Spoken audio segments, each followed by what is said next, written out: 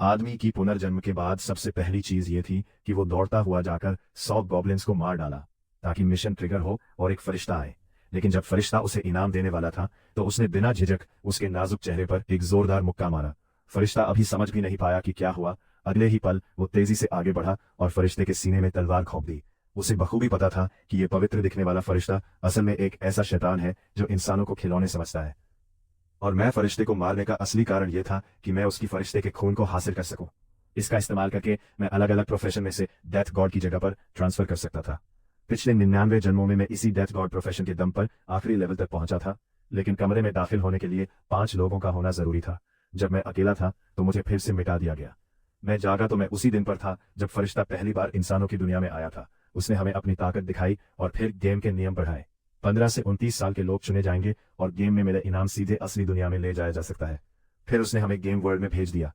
जब बाकी लोग चेहरे बनाने और कस्टमाइजेशन में मस्त थे, मैं जानता था कि इस कमजोर से ताकतवर की दुनिया में ये मूर्खता है, इससे वो आसानी से निशाना बन जाएंगे।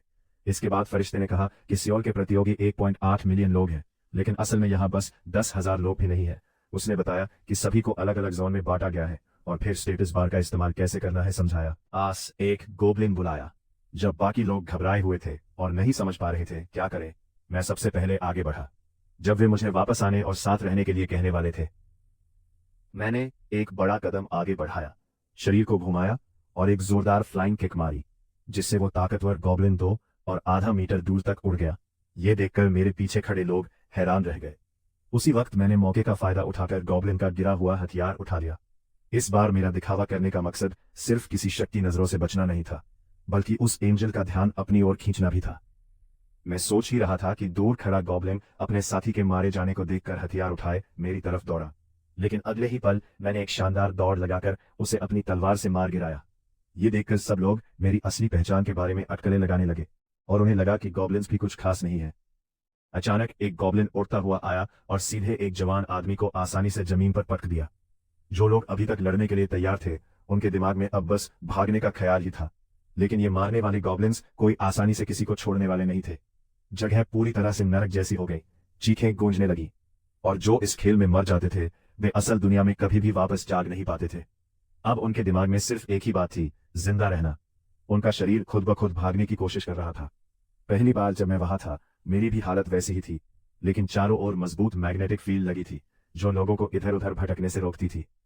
एंजल आसमान में ऊंचा तैर रहा था और नीचे हंस रहा था। जल्दी ही उसने मेरी खासियत नोटिस की और मेरा इंफॉर्मेशन पैनल खोला। पता चला मेरा नाम काला संघटक है और मुझे गॉब्लिन मारने का टारगेट मिला है, जिसने अब तक 70 गॉब्लिन्स खत्म कर दिए हैं। बाकी जानकारी सिस्टम ने छुपा रखी थी। ये देखकर तो एंजल भी कचरा सिस्टम पर तंज कसने लगा, लेकिन मेरी जबरदस्त परफॉर्मेंस ने उसे मुझमें गहरी दिलचस्पी जगा दी। वो मुझसे मिलने की कोशिश करने लगा। इसी बीच मैं लगातार गॉब्लिन्स को मारता जा रहा था। जल्दी ही मैंने 5 और गॉब्लिन्स को ढेर कर दिया। ये गॉब्लिन्स भी मेरी अलग तरह की ताकत को समझ गए और मिलकर मुझ पर हमला करने लगे। लेकिन मेरे लिए ये तो बस मेरा काम जल्दी पूरा करने का एक तरीका था। पहले 99 डिवीजन से मिली लड़ाई की एक्सपीरियंस ने मुझे हर वार में उनके कमजोर हिस्से को निशाना बनाने की ताकत दी। कुछ गॉब्लिन्स खत्म करके मैंने ऊपर देखा। बाकी गॉब्लिन्स काफी मजबूत थे और वे मुझसे एक कदम भी आगे बढ़ाने की हिम्मत नहीं कर रहे थे। इसलिए मैंने थोड़ा आराम करने का फैसला किया, सांस ली और अपना स्टेटस चेक करने के लिए सूचना बॉक्स खोला। अब मैं लेवल 4 पर पहुंच चुका था। हर लेवल अप पर मुझे 2 फ्री एट्रीब्यूट पॉइंट्स मिलते थे, जिन्हें मैंने पूरी तरह से अपनी चुस्ती एजिलिटी में लगा दिया। मुझे अच्छे से पता था कि गेम के शुरुआती दौर में एजिलिटी सबसे जरूरी है, क्योंकि ये न सिर्फ हमले से बचने में मदद करती है बल्कि अटैक स्पीड और मूवमेंट स्पीड भी बढ़ाती है। ये सब करने के बाद मैं आखिरी वार करने की तैयारी में था। मैंने अपनी छोटी चाकू दूर खड़े एक गॉब्लिन की तरफ फेंकी, लेकिन हैरानी की बात यह थी कि इतने के बावजूद भी वो गॉब्लिन मुझ पर हमला करने की हिम्मत नहीं कर पाए। शायद मेरी 1 सेकंड में एक गॉब्लिन मार डालने वाली मारकाट ने उन्हें पूरी तरह डराया था। मजबूरन मैं एक झटके में उस गॉब्लिन के पास पहुंच गया जिसे अभी अभी मैंने मारा था। बाकी गॉब्लिन्स तो मेरी चाल भी समझ नहीं पाए थे, और जब वे मुड़कर देखने लगे तो मैं उनके पीछे खड़ा था। उनके प्रतिक्रिया देने से पहले ही मैंने शव पर रखा चाकू निकाला और उन्हें तेज वार से बीच में काट दिया। लेवल बढ़ाते हुए मैंने 100 गॉब्लिन मारने का मिशन भी पूरा कर लिया।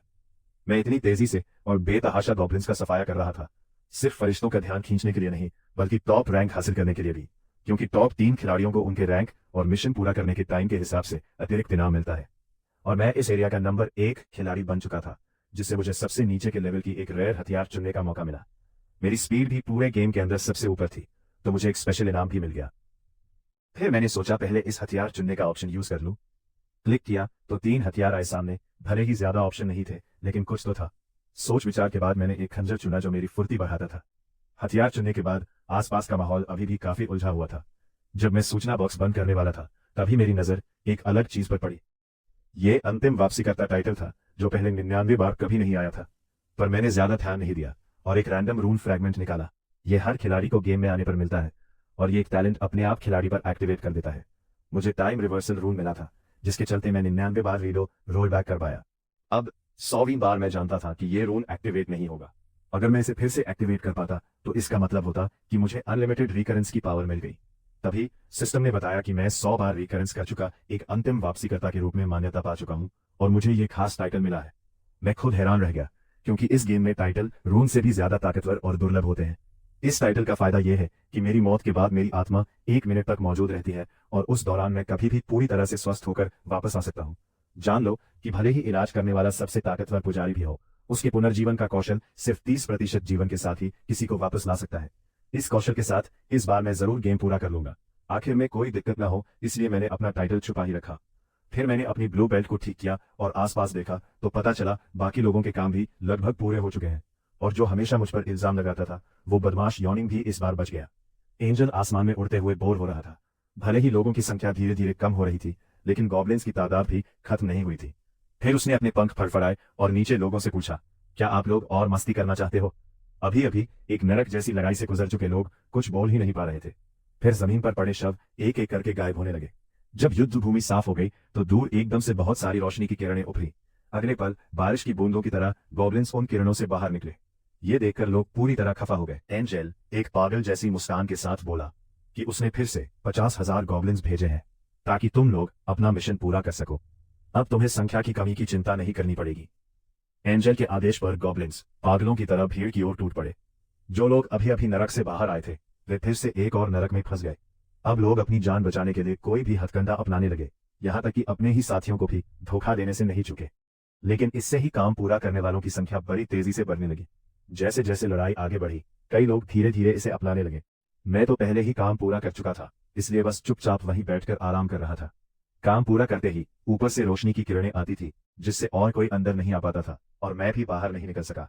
चारों तरफ दर्दनाक चीखें और जुदाई का माहौल था, जिससे स्वर्गदूत का दिल बेहद उत्तेजित हो उठा। लेकिन फिर 2 घंटे 35 मिनट गुजर गए और काम पूरा करने वालों की संख्या बढ़कर 5,413 हो गई। इस बीच आसपास के सारे गॉब्लिन्स भी गायब हो गए। तभी स्वर्गदूत ने जोर से घोषणा की कि आधे लोग अपना मिशन पूरा कर चुके हैं, तो बाकी सबको बाहर कर दिया जाएगा। अभी सब समझ पाते कि क्या हो रहा है। कुछ जिन लोगों ने मिशन पूरा नहीं किया था, उनके शरीर धीरे धीरे गायब होने लगे। यहाँ तक कि जो लोग मिशन पूरा कर चुके थे, वो भी इस बेरहम नियम को देखकर कांप उठे। फिर स्वर्गदूत ने जिन लोगों ने बच गए थे, उन्हें खुश होने को कहा, क्योंकि अब वे घर जा सकते हैं। लेकिन जाने से पहले स्वर्गदूत ने सबको रैंकिंग दिखानी थी। सबसे पहले मौजूदा इलाके की रैंकिंग आई और मेरा नाम बिना किसी शक के पहले नंबर पर था। उसके बाद सभी इलाकों की रैंकिंग आई और मेरा नाम फिर भी पहले नंबर पर था। मैंने दोनों रैंकिंग का इनाम पा लिया, साथ ही 1000 सोने के सिक्के भी मिले। लेकिन ये सिक्के तब तक इस्तेमाल नहीं कर सकता जब तक कि समय पर दुकान खुल ना जाए। अब सब लोग मुझे जान गए थे और मेरा दिखावा भी हो गया। स्वर्गदूत ये देखकर हैरान था कि पूरे क्षेत्र में पहला नंबर मेरे इलाके से क्यों है, तो उसने मुझसे एक सवाल पूछने की इजाजत मांगी। मैंने सादी सी बात कही, पूछो। फिर उसने पूछा कि मैं इतना ताकतवर कैसे हूं, क्या मैंने कोई खास दुर्लभ रोन पकड़ा है। लेकिन उससे पहले कि वो पूरा सवाल पूछ पाता, मैंने तुरंत उसके मुंह बंद कर दिया और मन ही मन गाली दी। धत तेरी की, एक सवाल से ही सब पता चल गया कि वो सब कुछ जानने वाला नहीं है। और मैं हंसते हुए उससे कहा, क्या तुम्हें अपना स्टेटस विंडो सीधे नहीं दिखता? वेनियन एंजल हकलाते हुए बोला, सही है, मैं तो एक उच्च कोटि का एंजल हूं, दौरान मैं सभी खतरे देख सकता हूं। अभी तो बस तुम्हें आजमाने के लिए ही कहा था। फिर मैंने एक दोस्ताना मुस्कान के साथ पूछा, एंजल साहिबा, क्या मैं आपसे एक मांग कर सकता हूं? एंजल सुनकर वहीं ठिठक गया। जाहिर है उसने सोचा भी नहीं था कि मैं ऐसा बोलूंगा।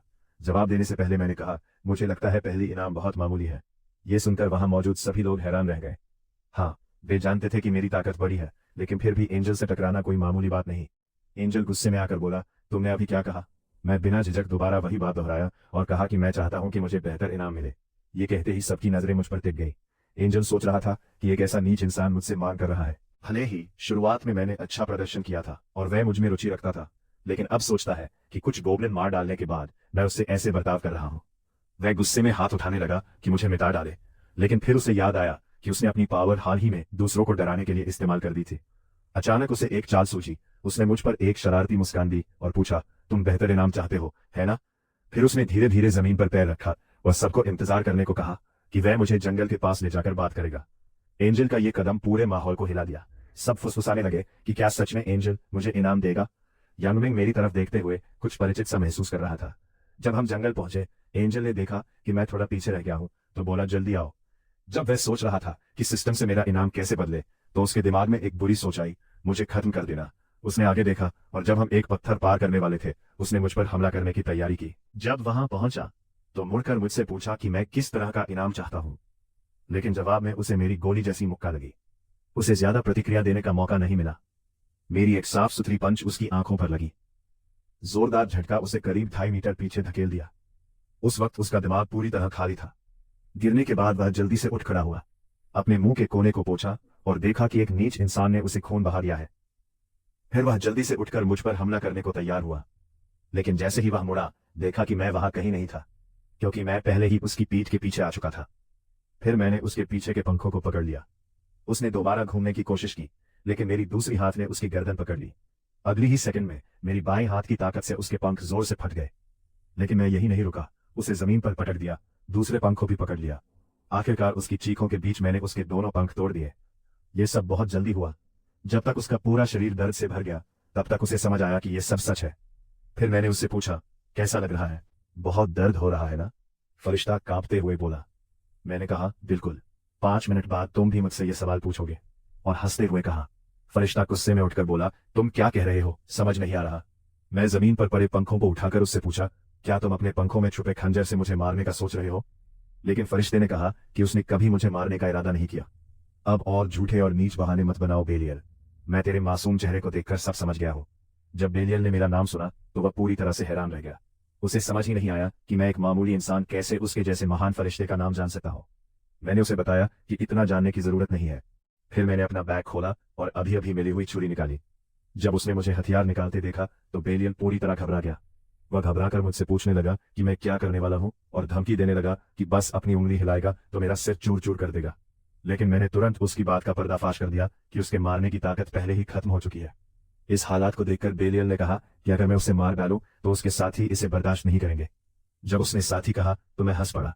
फरिश्ते तो सिर्फ अपने फायदे के लिए जीते हैं, उन्हें किसी का कोई फर्क नहीं पड़ता। कोई भी साथी की मौत की परवाह नहीं करता। फिर उसने कहा कि वह मुझे जानकारी दे सकता है, लेकिन अगर वह मर गया तो मैं घर वापस नहीं जा पाऊंगा। मैंने तुरंत मना कर दिया कि यह तुम्हारा फैसला नहीं है। जैसे ही यह गेम खत्म होगा, सिस्टम अपने आप मुझे वापस भेज देगा, और अगर मुझे सच में जानकारी चाहिए तो मैं तुझे कड़ी सजा दे सकता हूं, जब तक तू सब कुछ नहीं बता देता। पर सच तो यह है कि तू सिर्फ एक गाइड की भूमिका निभा रहा है, एक मोहरा भर है। तुझे क्या पता क्या चल रहा है? बेलियल ये सुनकर हैरान होकर पूछा कि मैं ये सब कैसे जानता हूं, लेकिन मैं उसका जवाब देने वाला नहीं था। बस एक कदम बढ़ाया और छुरी उसके सीने में गड़ा दी। मैंने थोड़ा जोर लगाया, तेज छुरी ने उसे चीर दिया और उसने अपनी बदबूदार जुबान हमेशा के लिए बंद कर ली। अगले ही पल सिस्टम ने बताया कि फरिश्ता मारा जा चुका है। मैं पहला खिलाड़ी हूं जिसने फरिश्ते को मारा है, इसलिए मुझे फरिश्ता हत्यारा का खिताब मिला है।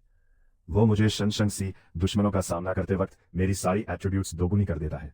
ये सारी जानकारी मुझे अपनी 13वीं बार रिकॉर्ड पुनर्जन्म के दौरान मिली, जब मैंने पहला एंजल मारा था। और पहली बार एंजल को मारने के बाद मुझे न सिर्फ एक एंजल का खून मिला, बल्कि एक किलिंग रूपन मारक रून भी मिला। जब मुझे ये रूपन मिला तो उसने अपने आप मुझे मुहर लगा दी। ये रूपन मुझे हर बार जब मैं कोई टारगेट मारता हूं, मेरी सारी एट्रीब्यूट्स 1% बढ़ा देता है। और मैं एंजल का असली शिकार इसीलिए करता हूं क्योंकि उस एंजल के खून से मैं अपनी क्लास बदलकर यूनिक क्लास डेथ गॉड बन सकता हूं। यहाँ हर खिलाड़ी जब लेवल 10 तक पहुंचता है तो उसे एक बार क्लास बदलने का मौका मिलता है। गेम में कुल मिलाकर 30 अलग अलग क्लास बदलने के तरीके हैं, और यह तरीका काफी सिंपल है। बस कुछ मॉन्स्टर्स को मारकर निर्धारित कंडीशंस पूरा करना होता है, जिससे आपको क्लास बदलने का आइटम मिलता है।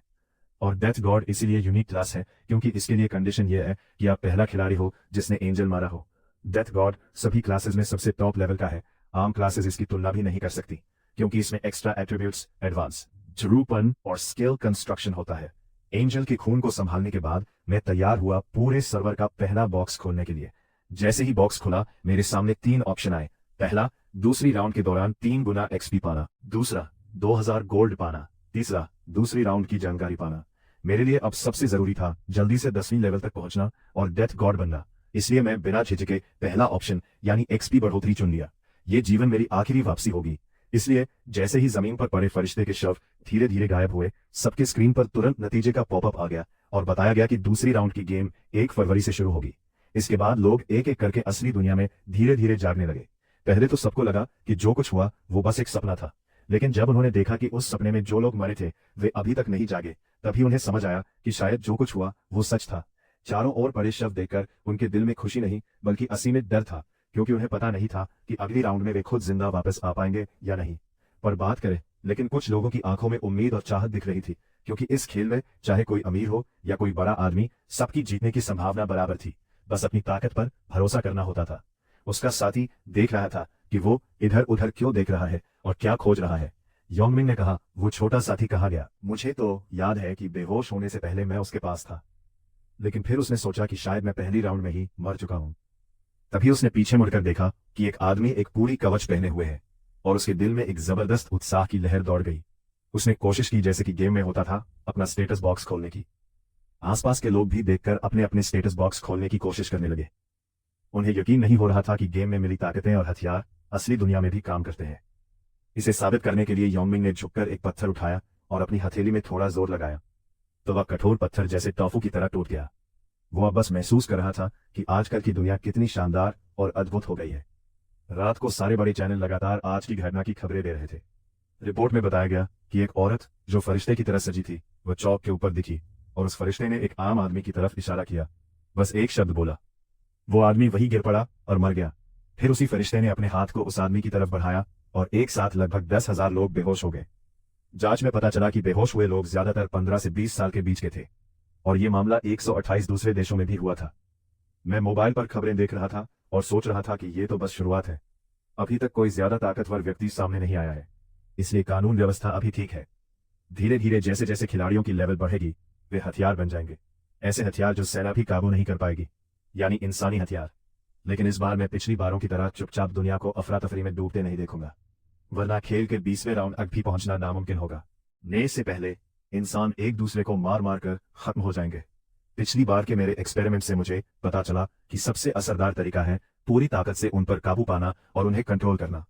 पिछली बार मैं असफल हुआ क्योंकि मेरे पास टीम नहीं थी, लेकिन अब मेरे दिमाग में कुछ लोग हैं जो मेरे साथी बन सकते हैं। थोड़ी देर बाद मैं घर वापस आया। अपने कमरे में गया तो देखा मेरा भाई लियू युआन सो रहा था। हमारे माता पिता एक ट्रैफिक एक्सीडेंट में अचानक चल बसे थे। तब से मैं उसका अकेला अभिभावक हूँ। मैंने नीचे देखा तो उसके हाथ पर एक घाव का निशान था जो मेरी नजर में आया। अगले दिन सुबह मैं उसे जगाया। शाओ युआन ने फोन निकाला, देखा कि अभी सुबह 6 बजे थे और पूछा, क्या बात है?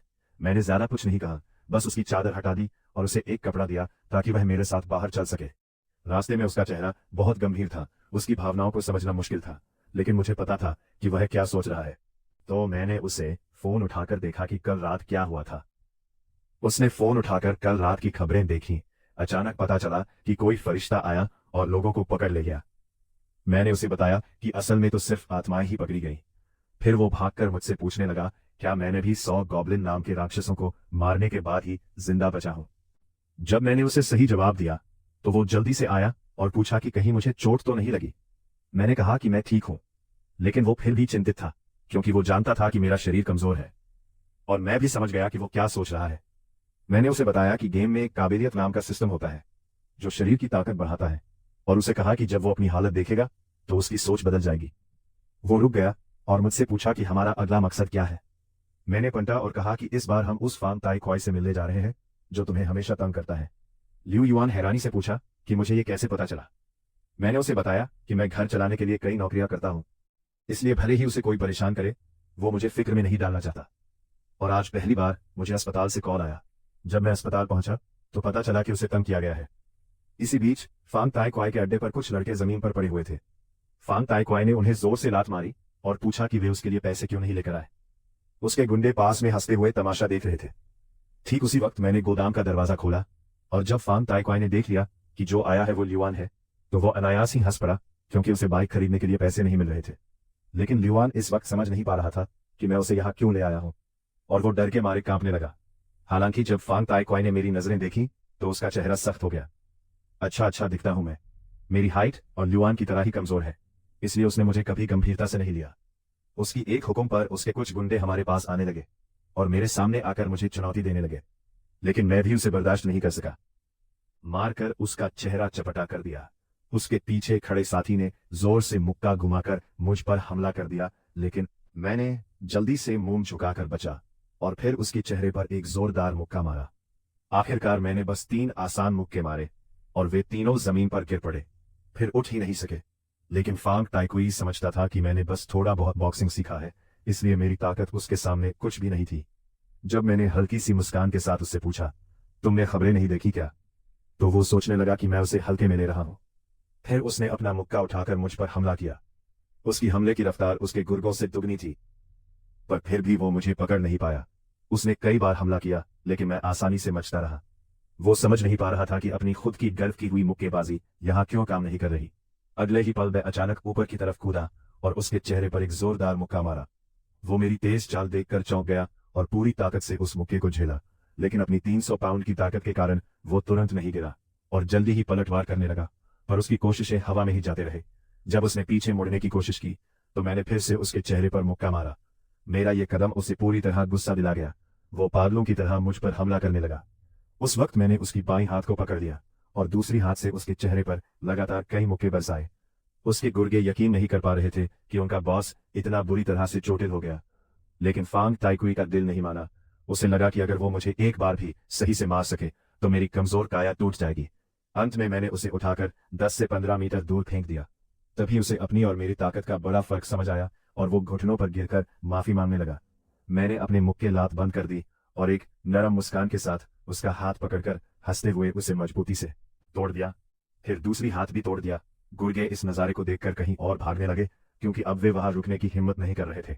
जब सब खत्म हुआ तो लियो युआन ने मुझसे पूछा कि मैंने अभी जो किया वो कैसे किया। मैंने उसे बताया कि खिलाड़ी असल जिंदगी में अपनी ताकतें इस्तेमाल कर सकते हैं, और मैंने अपनी हथियार निकाली और उसे दिखा दी। फिर उसने मुझसे पूछा कि क्या मैंने स्पीड जैसी कोई सुपर पावर जागृत कर ली है, क्योंकि उसने देखा कि मैंने फांग ताइकुई के सारे हमले बड़ी आसानी से टाल लिए थे। मैंने उसे समझाया कि ये मेरी गेम की क्षमता है और मेरी फुर्ती अब 11 है, जबकि असली जीवन में एक औसत वयस्क की फुर्ती 3 होती है और खिलाड़ी की 10 तक पहुंच सकती है। फिर मैं उसे पास के सुपरमार्केट ले गया नाश्ते के लिए, लेकिन पहले मैंने पास के एटीएम से अपने सारे पैसे निकाल लिए। फिर उसे सुपरमार्केट के सबसे महंगे सेक्शन में ले गया। वो खाना तो चाहती थी, लेकिन समझती थी कि यहाँ एक बार का खाना उसे 3 दिन के इंस्टेंट नूडल्स के बराबर पड़ेगा। मेरी बहुत समझाने पर आखिरकार उसने उस लाजवाब खाने का आनंद लिया जो वो हमेशा से खाना चाहती थी। उसके बाद मैंने बाकी बचे सारे पैसे लॉटरी टिकटों में बदल दिए। लियो युआन ये देखकर चौंक कर खड़ा हो गया और मुझसे पूछा कि मैं ऐसा क्यों कर रहा हूँ, और उसने ये भी देखा कि मैंने जो नंबर लिए हैं सब एक जैसे हैं, तो इससे तो कभी जीत नहीं होगी। मैं बस हंसते हुए बोला, शाम को पता चल जाएगा। शाम को हम दोनों घर पर बैठे लॉटरी लाइव देख रहे थे। लियो युआन जानता था कि जीतना मुमकिन नहीं, पर फिर भी उसके अंदर थोड़ी उम्मीद थी, क्योंकि अगर इस बार भी नहीं जीते तो हमें बहुत मुश्किल में पड़ना था। जैसे जैसे नंबर पड़े गए उसने देखा कि पहले कुछ नंबर तो सही निकले। जब आखिरी नंबर भी पढ़ा गया तो लियो युआन हैरान होकर कुछ कह नहीं पाया और मैं बस उसे देखकर मुस्कुराया। पहली बार जब मैंने इनाम जीता तो मैं बहुत उत्साहित था।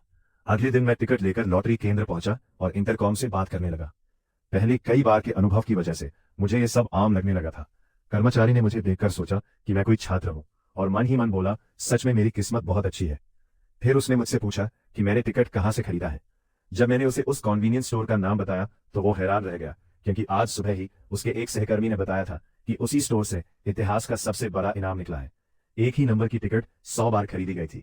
कुछ ही देर में उनका मैनेजर मेरे मिलने आया और मुझे वीआईपी सेक्शन में ले गया। स्टाफ ने जब जाना कि मैं वही बड़ा इनामी हूं तो खुद को संभालने की पूरी कोशिश की, लेकिन जब उन्होंने अपने सामने 100 पहली इनाम वाली टिकटें देखी तो अपनी लार में गलना पड़ा। अंत में मेरा इनाम 22.5 अरब था। टैक्स कटने के बाद हाथ में 15 अरब आए। मैंने ये पैसा लेकर एक घर खरीदा और साथ ही एक स्टॉक अकाउंट भी खोला। लियो युआन पहले तो नए बड़े घर में जाकर बहुत खुश था और सोच रहा था कि अब उसकी खुशहाल जिंदगी शुरू हो गई है, लेकिन जब उसने सुना कि मैंने सारी रकम स्टॉक्स में लगा दी है तो वो बस ठिठक गया। इसी बीच एक छोटी गली में योंग मिंग ने दीवार पर जोर से मुक्का मारा।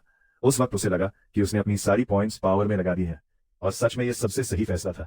उसके पास एक पावर बूस्टर भी था जो उसकी ताकत दोगुनी कर देता था, इसलिए वो आसानी से कड़ी कंक्रीट को तोड़ सकता था। उसने सुना कि मैं जिंदा हूं और अब वो मुझे खोजने निकला है, क्योंकि उसे याद आया कि मैं सोने से ठीक पहले उसे कूड़ा देखने वाली नजरों से देख रहा था। इस बीच में लियो युआन के साथ नए घर में था। वो इतना बड़ा लिविंग रूम देखकर मुझसे पूछ रहा था इस घर पर कितना खर्च आया? जब उसने सुना कि हर महीने किराया 20 मिलियन से भी ज्यादा है तो वो डर के मारे अपने घुटने के बल बैठ गया। तो उसने कहा कि क्यों ना मैं थोड़ा सस्ता घर ले लूं। मैंने उसे बताया कि बदलने की जरूरत नहीं है, ऐसे खर्चे जरूरी है। आखिर महंगा किराया इसलिए है ताकि बढ़िया सिक्योरिटी सिस्टम मिल सके। इसके बाद हर महीने की पहली तारीख को खिलाड़ी गहरी नींद में चले जाते हैं और ये वक्त होता है जब खिलाड़ी सबसे ज्यादा कमजोर होते हैं। हमें न सिर्फ आग, भूकंप जैसी प्राकृतिक आपदाओं से बचाव करना होता है, बल्कि सबसे जरूरी है कि दूसरे खिलाड़ी या हथियारे उनके असली शरीर को असली दुनिया में नुकसान ना पहुंचाए। तभी मेरा फोन बजा। देखा तो योंगमिंग था, लेकिन मैंने उसे अनदेखा कर दिया क्योंकि वैसे भी आगे कभी असली दुनिया में उससे मिलने का मौका नहीं था। पर दूसरी दुनिया में क्या होगा पता नहीं। मैंने फोन वापस जेब में रख दिया। अगले दिन लिू युआन ने कुछ चावल के केक मंगवाए और मुझे साथ लेकर आस पड़ोस के पड़ोसियों को बांटने चला गया। पड़ोसियों ने भी खुशी खुशी हमारे केक स्वीकार किए। जब हम सबसे ऊपर की मंजिल पर पहुंचे तो देखा कि वहां कोई नहीं था। जैसे ही हम वापस जाने लगे, लिफ्ट से एक आदमी और एक औरत निकले। लिू युआन ने तुरंत पहचान लिया कि यह मशहूर अभिनेत्री शू यालिंग और उसके साथ वाला आदमी है। वो आदमी हमें देखते ही तेजी से हमारे पास आया और पूछा कि हम कौन हैं और यहाँ क्या कर रहे हैं। मैंने बताया कि हम नीचे के नए पड़ोसी हैं और सिर्फ मिलने आए हैं। इसके बाद लिू युआन ने केक दिया, लेकिन उस आदमी ने कोई दिलचस्पी नहीं दिखी, हमारे पास से होकर चला गया। दरवाजा खोलने चला गया। शू यालिंग ने अंदर जाते हुए एक झलक हमें देखा। दरवाजा बंद होते ही मैंने देखा। फिर उसने उसे समझाया कि इस तरह के असभ्य लोगों की चिंता मत करो, लेकिन अगले ही पल उसकी आंखें चौड़ी हो गई और उसने कहा कि यहाँ रहने वाली कोई एक शू यालिंग है। ये तो कमाल है। लेकिन मैं उस महिला को नहीं जानती, ये सोचकर उसे बहुत हैरानी हुई। शू यालिंग जब कमरे में आई तो सोफे पर बैठकर मोबाइल में खबरें देख रही थी, जिसमें कई अभिनेताओं की मौत की खबरें एक साथ जुड़ी हुई थी। ये देखकर उसका दिल घबराने लगा। उसने सोचा कि अगर इस बार उसे अच्छा ऋण, सामग्री, सहायता ना मिलता तो शायद उसकी भी खबरें इसी तरह आती। तभी वह आदमी पास आया और पूछा कि वह क्या सोच रही है, अगर कोई दिक्कत हो तो बता सकती है। उसने एक सांस ली और कहा कि पता नहीं अगली बार वह बच पाएगी या नहीं। आदमी ने कहा कि उसके साथ है, इसलिए शू यालिन को चिंता करने की जरूरत नहीं है और उस पर भरोसा रखो। शू यालिन ने कहा बिल्कुल, क्योंकि इस वक्त उसके अलावा कोई भी नहीं था जिस पर वह भरोसा कर सके। शुरुआत में जब कंपनी ने उसे ये एजेंट और बॉडीगार्ड दिया था तो उसने सोचा था कि कंपनी उसे निगरानी में रख रही है, लेकिन पिछली गेमिंग घटनाओं में अगर वह आदमी नहीं होता तो शायद वह पहले ही मर चुका होता। तभी उसे याद आया कि अभी थोड़ी देर पहले जो लोग साल का केक लेकर आए थे वह लोग उसके फायदे के लिए आए थे, लेकिन शू यालिन ने उनके व्यवहार को देखकर सोचा कि वे बुरे लोग नहीं लगते, और वह जो मुझे देख रहा था उसकी उम्र 15 साल से ऊपर लग रही थी। इसका मतलब था कि मैं भी 100 गॉब्लिन्स को मारकर बचा हुआ था और वह खुद भी बॉडीगार्ड की मदद से ही ये मिशन पूरा कर पाया था। इस वक्त वह सोच रहा था कि भले ही बाहर वाला लड़का और उसका बॉडीगार्ड दोनों बहुत ताकतवर हैं, लेकिन वह उस आदमी के सामने टिक नहीं सकते जिसे काला तरांता कहा जाता है। उसे जिज्ञासा हुई कि वो आदमी असल जिंदगी में कैसा इंसान होगा और क्या काम करता होगा। अगर उसके पास ऐसा कोई ताकतवर साथी होता तो दूसरी राउंड जीतना कोई बड़ी बात नहीं होती। दूसरी राउंड शुरू होने से एक दिन पहले सुबह मैं वापस आकर छोटे युआन को बताया कि इस बार मैंने सिर्फ 150 अरब का इनाम जीता है। युआन ने बैंक को बताया, लेकिन बैंक ने कुछ खास प्रतिक्रिया नहीं दी। यह मेरी चौथी बार है जब मैं इनाम जीत रहा हूँ। असल में बैंक भी मेरे बार बार जीतने पर हैरान था, लेकिन थकावट जैसी कोई बात सामने नहीं आई। जब उन्होंने मुझसे जीतने का राज पूछा तो मैंने बस कहा कि मैंने एक ऐसा सपना देखा था जो भविष्यवाणी कर सकता था। फिर मैंने उस जीत की रकम से एक वर्चुअल करेंसी खरीदी। उसी रात छोटे युआन को सेट करके मैं बिस्तर पर लेट गया। जैसे ही मैं गहरी नींद में गया, मेरी आत्मा गेम की दुनिया में पहुंच गई। फिर धीरे धीरे बाकी लोग भी वहां भेजे गए। मेरी पहचान होते ही आसपास के लोग मुझसे दूरी बनाए रखने लगे। सब लोग जब इकट्ठे हो गए तो एक नया फरिश्ता हमारे सामने आया। सभी इस स्थिति पर हैरान थे। उस फरिश्ते ने बताया कि पहली राउंड का फरिश्ता थोड़ी दिक्कत में है, इसलिए वो नहीं आ सका। मानवों, आप लोग घबराए नहीं, अब मैं आपको सही से मार्गदर्शन करूंगा। जैसे ही वो बोला, सभी के सामने अपने आप एक सिस्टम विंडो खुल गई जिसमें लिखा था कि दूसरी राउंड का काम 3 घंटे में क्षेत्रीय प्रतिनिधि चुनना है। जल्दी ही लोगों ने देखा कि इस बार जितने लोग भाग ले रहे हैं उतने ही जीतेंगे, मतलब सभी बच जाएंगे। लेकिन कई लोगों को समझ नहीं आया कि क्षेत्रीय प्रतिनिधि का मतलब क्या होता है। फरिश्ते ने उनकी उलझन देखकर समझाया कि इस राउंड में कोई लड़ाई नहीं होगी, बस क्षेत्रीय प्रतिनिधि चुनना है। जो क्षेत्रीय प्रतिनिधि चुना जाएगा उसे अधिकार मिलेगा कि वो दूसरों को आदेश दे सके। सामने वाले को गिरा भी सकते थे और सीधे मार भी सकते थे, लेकिन आदेश पाने वाला इंसान बिना शर्त मानना ही पड़ता था। आखिर में उसने घोषणा की कि अब से 3 घंटे बाद वोटिंग होगी। इसमें कुछ लोग जिज्ञासु होकर पूछने लगे, क्या ये स्तर सच में इतना आसान है? तब एंजल ने उन्हें हाँ में जवाब दिया। वेनान और बाकी लोगों के चेहरे की कड़ी तनी हुई शक्लें मुस्कान में बदल गईं। लेकिन हुआंग योंगमिंग इस बात से बहुत गुस्से में था, क्योंकि वो पहले से ही दूसरी लड़ाई के लिए तैयार था। साथियों ने उसे समझाया कि इसे आराम समझो। उसने कहा कि उसने अपनी सारी पॉइंट्स ताकत में लगाई हैं, लेकिन अब तक एक भी बार काम नहीं आई। मैं जो उनके पीछे खड़ा था, उनकी बात सुनकर सोच रहा था कि लगता है इस बार भी हुआंग योंगमिंग को ताकत का रून मिला है। फिलहाल सब कुछ मेरे परिचित तरीके से हो रहा था। जब बाकी लोग वोटिंग के बारे में बहस कर रहे थे, मैं पीछे की जंगल की तरफ मुड़ गया, क्योंकि मुझे पता था कि प्रतिनिधि चुनना सिर्फ इस स्तर का मुख्य मिशन है। इस स्तर में अतिरिक्त और छिपे हुए मिशन भी थे, जैसे कि प्रोफेशन बदलना। लेकिन प्रोफेशन बदलने के लिए सही समय का इंतजार करना पड़ता था। इसीलिए मैंने जंगल में शिकार ढूंढना चुना। इस राउंड में एक गॉब्लिन ने मुझे देखते ही एक कदम दौड़ लगाई। मैंने पलटा, उसे उठाया, अपनी छुरा निकाली और उस पर हमला कर उसे मार दिया। मेरे 3 गुना एक्सपी बफ ने 9% एक्सपी और 15 सोने के सिक्के दिए, और क्रूरता रून ने भी मेरी बाकी क्षमताओं में 1% की बढ़ोतरी कर दी। जब मैंने आंखें ऊपर उठाई तो देखा कि जंगल के गहरे हिस्से में और भी कई लाल आंखें चमक रही थी। इस पर मेरी एक संतुष्ट मुस्कान खिल उठी। आगे का समय तो बस उनकी एक तरफा सफाई का था। कोई भी गॉब्लिन मेरे सामने एक राउंड भी टिक नहीं पाया। थोड़ी ही देर में मैंने 50 गॉब्लिन मार दिए। मैंने अपना स्टेटस विंडो खोला तो पता चला कि मेरा लेवल अब 9 हो चुका था, और मेरे पास 8 फ्री एट्रीब्यूट पॉइंट्स भी बचे थे। मैंने पिछले बार की तरह बिना सोचे समझे सारे पॉइंट्स एजिलिटी में डाल दिए। यहाँ खिलाड़ी की कुल 4 क्षमताएं होती है: स्ट्रेंथ, इंटेलिजेंस, एजिलिटी और लक। एजिलिटी का मतलब होता है अटैक स्पीड, मूवमेंट स्पीड और बचने की चांस, ड्रॉप रेट और एक्स्ट्रा गोल्ड मिलता है। स्ट्रेंथ से वॉरियर डैमेज और हेल्थ बढ़ती है, जिससे डिफेंस भी बेहतर होता है। इंटेलिजेंस से मैजिक डैमेज और मेंटल पावर बढ़ती है। मेरी डेथ नाइट क्लास दोनों फिजिकल और मैजिक डैमेज देती है। जैसे ही मैं उठकर जाने वाला था, अचानक पीछे से आवाज आई। मैं तो अभी अभी शिकार में लगा था, पता ही नहीं चला कि कोई मुझे ट्रैक कर रहा था। लेकिन पिछली जिंदगियों में कभी किसी ने इस वक्त मेरे पीछे नहीं आकर छुपा था। इसलिए मैंने चाकू उठाकर पीछे के झाड़ियों की ओर इशारा किया और कहा कि जो भी है जल्दी बाहर आ जाओ, वरना मैं नरम नहीं पड़ूंगा। झाड़ियों से झोयाल यालिंग वनयान जल्दी बाहर आई। वो दिखने में असली अभिनेत्री यालिंग जैसी लग रही थी, लेकिन मैं समझ नहीं पाया कि वो मुझे क्यों ट्रैक कर रही थी। इसी वक्त एक आदमी बाहर आया। उसने माफी मांगी और बताया कि उनका कोई बुरा इरादा नहीं था। मैं पहले गुस्सा कम कर लूं। मैंने उसकी आईडी देखी, नाम था अनशंचल। ये जाना पहचाना नाम देखकर मुझे तुरंत याद आ गया कि यही तो वो आदमी है जो पिछले कई जन्मों से मा जिंगलू का अजीज था। ये मा जिंगलू देश के टॉप क्लास बड़े कारोबार के बड़े बेटे हैं। गेम में उसका निकनेम तियानमो है, और ये उन्हीं 4 टीमों में से एक है जिसे मैंने चुना है। असली मकसद था कि उसके पीछे वाले पुजारी को टीम में शामिल किया जाए। सोच भी नहीं था कि मैं इतनी जल्दी यहाँ उसके अजीज से मिल जाऊंगा, और लग रहा था कि ये आदमी असल जिंदगी में उसका बॉडीगार्ड ही है। तो मैंने उनसे पूछा कि वो कब से मेरा पीछा कर रहे हैं। शू यालिन हकलाते हुए बोला कि जैसे ही मैं जंगल में आया था, वे लोग मेरे पीछे आ गए। फिर मैंने पूछा कि तुम लोग मेरा पीछा क्यों कर रहे हो। उसने कहा उनका कोई बुरा इरादा नहीं है, बस एक सुझाव देना चाहते थे। देखा तुम पहले राउंड में पहला नंबर ला रहे हो, काफी ताकतवर हो, मिलकर काम करें तो कैसा रहेगा। जब मैंने मिलकर काम करना शब्द सुना तो हंस पड़ा। कहा मिलकर काम करना तो तब होता है जब दोनों को एक दूसरे की जरूरत होती है, और अभी तो मुझे यहाँ की किसी की भी जरूरत नहीं। मैं अकेले ही सब संभाल लूंगा, और मैं किसी से टीम बनाने का मन भी नहीं रखता। फिर मैं मुड़कर जाने लगा। आन शांगझे ने मेरी घमंडी अदा देखकर कुछ गालियां दी। जब मैं दूर चला गया तो शू यालिन आखिरकार सहारा खो बैठा और जमीन पर गिर पड़ा। उसके मन में आया, वाकई में नंबर 1 होना कोई आसान बात नहीं। बॉडीगार्ड ने मुड़कर कहा, उसके बिना भी हम जाग सकते हैं, आगे का समय भी हम हीरोज मारने में बिताएंगे। इसी बीच मिस्टिक स्पिरिट एक गॉब्लिन के पास था, और उसे अपने पीछे ठंडक महसूस होने लगी। जब वो मुड़ा तो उसने देखा कि मैं मौत की तरह उसकी तरफ बढ़ रहा हूं। फिर उसने अपने सीने में एक छुरी के ठंडे चुभन को महसूस किया। मैं उनके साथ क्यों नहीं मिला? क्योंकि अभी समय सही नहीं था। सबसे जरूरी था लेवल बढ़ाना। उस वक्त मेरी हत्या की संख्या 60 हो चुकी थी। तभी पास की झाड़ियों से आवाज आई। ऊपर देखा तो एक झुंड वुल्फमैन था। दूसरों के लिए यह बुरी खबर होती, लेकिन मेरे लिए यह मौका था। वुल्फमैन ने मुझे देख लिया था, और अब वे छुप नहीं रहे थे। एक छलांग लगाकर मेरे ऊपर आ गया, पर वो जमीन पर गिरते ही मेरी ठंडी छुरी का निशाना बन गया। कुछ ही पलों में वे सारे टूट गए। मेरी लेवल 10 हो गई थी। इससे न सिर्फ दुकान और जॉब चेंज खुल गया, बल्कि एक छुपा हुआ साइड मिशन भी सामने आया। मैंने तुरंत अपना स्टेटस देखा तो पता चला कि साइड मिशन है वोटिंग खत्म होने से पहले जॉब चेंज करना। यह मिशन सिस्टम के सभी खिलाड़ियों के लिए खुला था, लेकिन वे समझ ही नहीं पा रहे थे कि जॉब चेंज के आइटम कैसे मिलेगा। वॉरियर बनने के लिए ताकत 10 से ऊपर होनी चाहिए, और 1 घंटे में 30 मॉन्स्टर मारने होंगे। वाइल्ड वॉरियर बनने के लिए खून बहते हुए कुछ समय तक लड़ाई करनी होगी।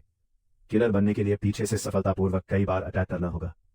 मैंने शुरुआत में जंगल में छुपकर मॉन्स्टर का शिकार करके हंटर जॉब पाया था, लेकिन जब मैंने पहली बार डेथ नाइट जॉब के बारे में जाना, मैंने कभी भी कोई दूसरा काम चुनने का सोचा तक नहीं। मैंने उस एंजल ब्लड को उठाया और दिल में एक बात दोहराई। अगली ही पल मेरे सामने एक विकल्प आया। क्या मैं डेथ गॉड बनना चाहता हूँ? बिना सोचे समझे मैंने हाथ चुन लिया। मेरे हाथ में एंजल ब्लड से तेज रोशनी निकली, और सिस्टम ने बताया कि मैं अब डेथ गॉड बन चुका हूँ, और मुझे एक डेथ गॉड रून भी मिला है। ये रून मुझे जब भी मैं सिकल दरांती का इस्तेमाल करूंगा तो मेरी अटैक पावर दोगुनी कर देगा। रात में मेरी अटैक स्पीड 50% और बढ़ जाएगी। अगर मैं रात में स्थिर रहूं तो दुश्मन मुझे पकड़ने की संभावना बहुत कम हो जाएगी। मेरी जॉब चेंज होने के साथ ही सिस्टम ने मुझे एक डेथ गॉड सिकल भी दिया, एक तरह का इनाम। ये सिकल हर अटैक पर अटैक पावर का 1 पॉइंट जोड़ता है और ये पॉइंट 5 लेवल तक बढ़ सकता है। मैंने हिडन क्वेस्ट भी पूरा किया और आज के दिन के लिए एक आइटम डिस्काउंट कूपन पाया। मेरा लेवल भी बढ़कर शुरुआती खिलाड़ी से तलवारबाज खिलाड़ी हो गया। यहाँ खिलाड़ी के कुल 6 लेवल होते हैं। 10 पर तलवारबाज खिलाड़ी, 20 पर सामान्य खिलाड़ी, 40 पर प्रोफेशनल खिलाड़ी, 60 पर मास्टर खिलाड़ी और 99 पर सुपर मास्टर। जैसे जैसे लेवल बढ़ता है नए प्रोफेशनल स्किल्स और नई एनर्जी अनलॉक होती है। और अभी अभी मुझे एक खास स्किल मिली है जिसका नाम है डेथ स्टैंप। ये मुझे उस हमले में अतिरिक्त 2 गुना नुकसान पहुंचाने में मदद करता है जब मैं हमला करने वाला होता हूँ। क्योंकि मैं पहला खिलाड़ी था जिसने ट्रांसफर पूरा किया, सिस्टम ने मुझे एक रैंडम गोल्ड पॉकेट और एक यूनिवर्सल स्किल ट्रैकिंग दिया। ये स्किल दिखावट और निकनेम के आधार पर उस व्यक्ति का स्थान पता कर सकती है। जैसे ही मेरे दिमाग में हुआंग योंगमिंग का नाम और उसकी शक्ल आई, सिस्टम ने उसका लोकेशन फिक्स किया और मेरे और उसकी दूरी दिखाई। साथ ही जमीन पर एक गाइडिंग एरो भी चमक उठा। इतनी नजदीक दूरी देखकर लगता है कि वह भी जंगल में आ चुका है। पहले के गेम में जब भी मैं इस जगह आता था वह हमेशा मुझसे लगभग 2000 मीटर दूर होता था, तो मैंने उठकर जाकर देखना ठीक समझा। इसी बीच जंगल में आन शांगजे जोर शोर से आगे भाग रहा था, जबकि उसके पीछे जू यालिन असंतुलित होकर गिर पड़ा। आन शांगजे ने पीछे मुड़कर उससे जल्दी उठने को कहा और भागने को कहा, क्योंकि अगर पीछे वाले पकड़ गए तो अच्छा नहीं होगा। उसकी सोच थी कि चोट लगने से असली शरीर पर कोई फर्क नहीं पड़ेगा, बस जीवित वापस पहुंचना जरूरी है। तभी पीछे हुआंग योंगमिंग और उसकी टोली ने पीछा कर लिया। आन शांगजे गुस्से में बोला, कमीने, अगर मेरे साथ जू यालिन यह बोझ ना होता तो मैं आसानी से भाग जाता, लेकिन अब भागना असंभव था। उसने अपने बैग से एक छुरा निकाला, लेकिन हुआंग योंगमिंग अपनी तादाद पर भरोसा करके उसे नजरअंदाज कर रहा था। मजबूर होकर आन शांगजे ने पूछा, मैंने तुम लोगों को कहा गलत किया? हुआंग योंगमिंग ने साफ कहा कि वे जू यालिन को ही चाहते हैं। जू यालिन ने यह सुनकर हल्का कांप महसूस किया। उसके साथियों ने भी चर्चा शुरू कर दी कि क्या यह सच में बड़ा स्टार जू यालिन है। आखिर में उन्होंने फैसला किया कि चाहे असली हो या ना हो, अभी उसके चेहरे की हूबहू नकल होना ही काफी है। जू यालिन सुनकर उनके गंदे गंदे बोल से अंदर से पूरी तरह डर गया। तभी हुआंग योंगमिंग ने आन शांगजेव से कहा, बस जू यालिन को छोड़ दो, उसे जाने दो। आन शांगजेव का चेहरा अचानक सख्त हो गया। मन ही मन सोचने लगा, शुरुआत में तो मेरा मकसद जू यालिन था, काश पहले ही कह देता, तब तो मैं बिना सोचे समझे उसे छोड़कर भाग जाता। मैं इस औरत के लिए अपनी जान यहां नहीं गंवा सकता। लेकिन फिर सोचता हूं कि अगर जू यालिन को बचा ना पाया तो मा जिनलू मुझे बहुत नाखुश करेगा।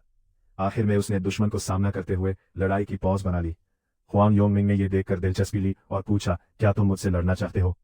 आन शांगजेव ने पूछा, क्या तुम्हें पता है कि तुम जो कर रहे हो वो अपराध है? तुम तो सच में मजाक हो।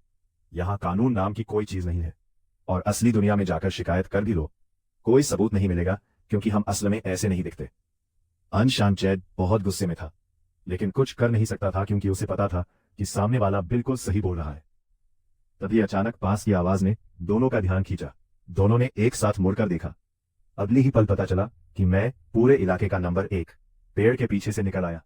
हुआंग योंगमिंग का दिल धक धक करने लगा, क्योंकि अगर मैं खुद आगे नहीं आता तो उसे पता भी नहीं चलता कि इतनी करीब कहीं कोई है। फिर मैंने हुआंग योंगमिंग की तरफ देखा और पूछा, क्या आन शांगजेव ने जो कहा वो सब सच है? हुआंग योंगमिंग ने भी मेरी ताकत का जलवा देखा था। उसने पहले की अपनी घमंडी अदा छोड़ दी और कहा कि यह मामला मुझसे कोई लेना देना नहीं है। मुझसे कहा कि दखल मत दो। मैंने उसे पूरा बोलने दिया बिना। धीरे धीरे एक कदम आगे बढ़ाते हुए तेजी से खतरनाक वार करने की नीयत दिखाई। हुआंग योंगमिंग ने यह देखकर जल्दी से पीछे हटते हुए पूछा, तुम क्या करना चाहते हो? अगली ही पल मैं झट से अपनी मौत के देवता की तलवार निकाल ली और कहा कि मैं घायल को छोड़कर नहीं जाऊंगा। मेरे पीछे खड़े 2 लोग जब उस हसिया को देखकर चौंके तो उन्होंने तुरंत मेरा धन्यवाद किया। मैंने ऐसा इसलिए किया था, ना कि मैं बहुत दयालु हूं, बल्कि इसलिए कि अगर इस बार मैं मा किंगलू के खास आदमी को मार गिरा दूं तो यह मा किंगलू के दिल में मेरा अच्छा प्रभाव छोड़ेगा, जिससे भविष्य में संपर्क करना आसान होगा। मा किंगलू जैसे बड़े उद्योगपति की आदत है कि अगर वो किसी का कर्जदार हो जाए तो जरूर 2 गुना चुकाता है। और हाँ, मैं हुआंग योंगमिंग और उसकी टोली को भी थोड़ा सबक सिखाना चाहता था।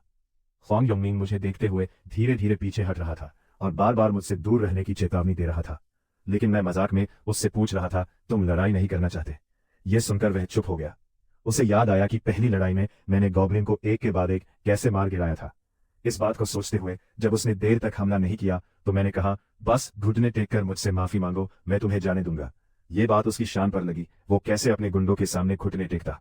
फिर उसने मुझसे लड़ने का फैसला किया और उसके पास ऐसा ताकतवर हथियार था कि वो कंक्रीट की दीवार को भी तोड़ सकता था। ये सोचकर उसने असामान्य रूप से मुझे ताना मारा और धीरे धीरे मेरी तरफ बढ़ने लगा। उसका दिमाग कह रहा था कि जैसे ही हम करीब आएंगे उसे मौका मिलेगा। उसे यकीन था कि मेरी हिम्मत उसकी एक मुक्के की ताकत नहीं झेल पाएगी। लेकिन जो उसने नहीं सोचा था वो ये कि मैंने अपने हथियार को अचानक वापस अपने पास कर लिया। तैयार था उसके साथ एक साफ सुथरी बिना हथियारों की लड़ाई लड़ने को। मैंने उसे हल्के में लेकर उसकी लड़ाकू जिज्ञासा को पूरी तरह से भड़का दिया। लेकिन उसने कुछ कहने से पहले ही मैं उसकी तरफ तेजी से भागा। हुआंग योंगमिंग, जो मजबूत था, गुस्से में मुझे बेवकूफ कहते हुए मुट्ठी कस के तैयार हो गया। जैसे ही उसने सोचा कि उसकी मुट्ठी मेरे चेहरे पर पड़ेगी, मैं एक बहुत अजीब चाल से बच निकला। फिर एक जोरदार किक मारी और घुटने से उसके पेट को टक्कर मार दी। इस एक वार ने उसे 10 से 15 मीटर दूर तक उड़ा दिया। वह मुश्किल से उठ पाया और मुझे कुछ गालियां दी, लेकिन मैं उसकी परवाह नहीं करता। मैं उसके पीछे गया, एक और लात मारी और फिर बारिश की तरह अपनी मुट्ठियों से वार करने लगा, जैसे कोई सख्त हथौड़ा हो। उसे समझ नहीं आ रहा था कि मैं इतनी तेजी से कैसे दौड़ता हूं और फिर भी ताकत में उससे लगभग बराबर हूं। तभी उसके साथ वाले लड़कों को याद आया और उन्होंने तीर छोड़कर मेरे ऊपर हमला किया। पीछे खड़े शु यालिन ने देखा और मेरी सावधानी के लिए तुरंत चेतावनी दी, लेकिन मैं पहले से ही तैयार था, इसलिए आराम से उनकी हर तीर से बच गया। लड़के फिर से हमला करने की कोशिश करने लगे, लेकिन चाहे उन्होंने कितने भी तीर छोड़े, मैं आसानी से बचता गया।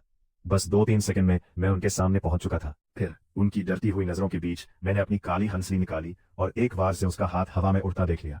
बाकी 2 लड़के मेरी इस तेजी से हैरान थे। वे भागने की सोच भी नहीं सकते थे, इसीलिए उन्होंने मुझ पर हमला किया।